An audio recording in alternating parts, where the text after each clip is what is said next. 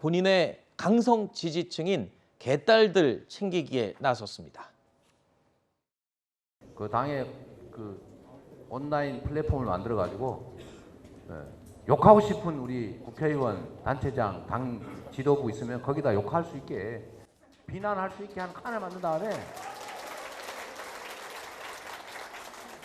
오늘의 가장 많이 비난받은 국회의원 땡땡땡, 2주에 가장 많은 항의 문자 받은 누구, 이달에 땡땡땡, 이런 거 한번 하라고 그래요. 자, 한때 이 욕설 플랫폼 만든다고 했다가 당내에 또 반발이 거셌었는데 글쎄요. 다시 또 이 청원 게시판을 통해서 강성 지지층이 요구했던 당원존을 만든다. 이름은 좀 달라졌지만 그때 말했던 욕설 플랫폼과 성격이 좀 비슷한 건 아닌가 지적하는 사람들이 많아요. 일단은 예.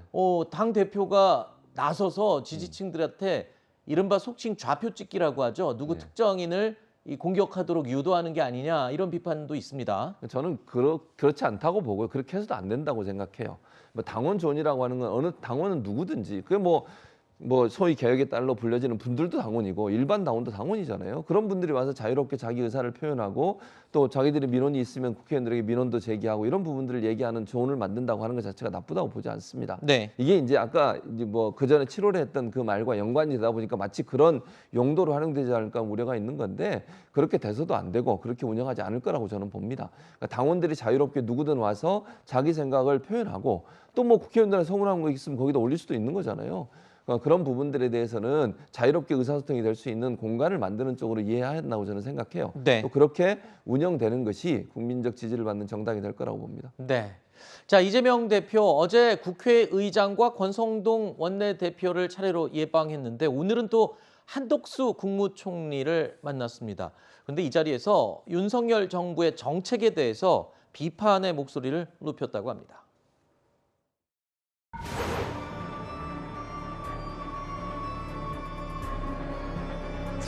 헌법 또는 법률에 부합하게 국정이 이루어져야 된다. 혹여라도 헌법과 법률에 어긋나는 점들이 없는지를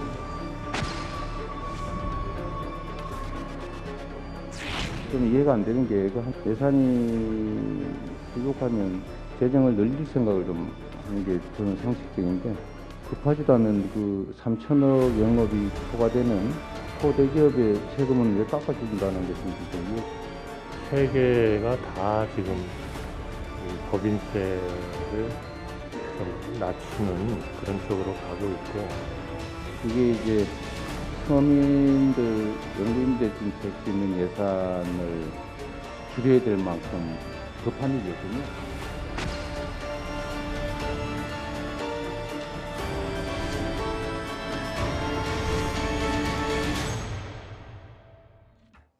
자, 어제에 이어서 오늘 글쎄요. 신임 대표로서 예방하는 그 과정의 일련의 하나일 텐데 국무총리를 예방한 자리에서 나온 발언치고는 굉장히 날이 많이 서 있습니다.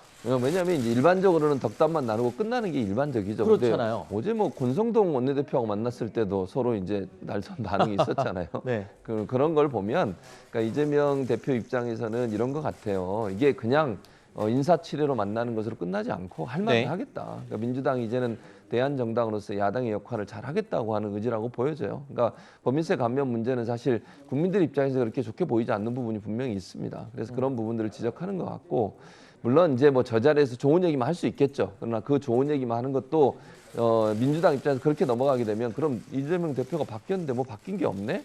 효능감이 없구나, 이런 느낌을 받을 수도 있어요. 그래서 네.